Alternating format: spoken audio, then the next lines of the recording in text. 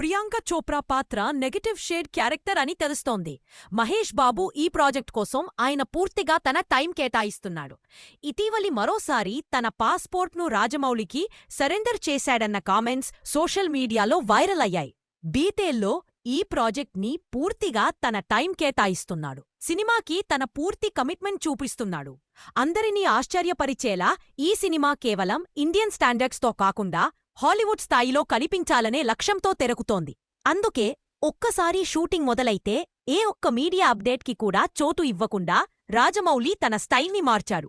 ఇది మహేష్ కెరియర్లోనే కాకుండా Rajamouli కెరియర్లోనూ turning project కావడం వల్లే ప్రతి అడుగు జాగ్రత్తగా వేస్తున్నాడు. ఇప్పుడు కెన్యా షెడ్యూల్ పూర్తయిన తరువాత మొదటి మేజర్ లుక్ లేదా గ్లింప్స్ వదిలే అవకాశముంది. మహేష్ సినిమాను త్వరగా ఫినిష్ చేయాలని చూస్తున్నాడు.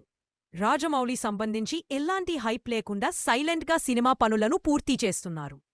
ప్రపంచ స్థాయిలో ఇండియానా జోన్స్ తరహా అడ్వెంచర్గా రూపొందుతుందే అన్న టాక్ వినిపిస్తుండగా, మరోవైపు చిత్రబృందం నుంచి ఒక్క అప్డేట్ బయటికి రావడం లేదు. దీనికి కారణం ప్రపంచవ్యాప్తంగా స్ట్రాంగ్ బేస్ ఉండాలన్న టార్గెట్తో రాజమౌళి ముందుకెళ్తున్నాడు. షూటింగ్ ఓ కొలిక్కి వచ్చాక సినిమాను ఇంటర్నేషనల్ లెవెల్లో ఎలా హైలైట్ చేయాలనే ప్లానింగ్పై ఫోకస్ పెట్టనున్నారు. ఇప్పటికే వేసవిలో బ్రేక్ తీసుకున్న యూనిట్ మళ్లీ హైదరాబాద్లో షూటింగ్ను స్టార్ట్ చేసింది. జూలైలో కెన్యాలో భారీ షెడ్యూల్ ప్లాన్ చేశారు. దాదాపు నెల రోజుల పాటు షెడ్యూల్ ఉండబోతున్నదట.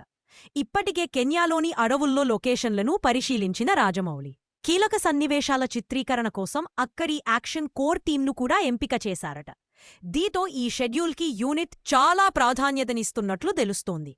ఇప్పటివరకు ఈ సినిమాలో మహేష్ బాబు, ప్రియాంక చోప్రా, పృథ్వీరాజ్ సుకుమారన్ ముఖ్య పాత్రల్లో నటిస్తున్నట్లు తెలిసింది.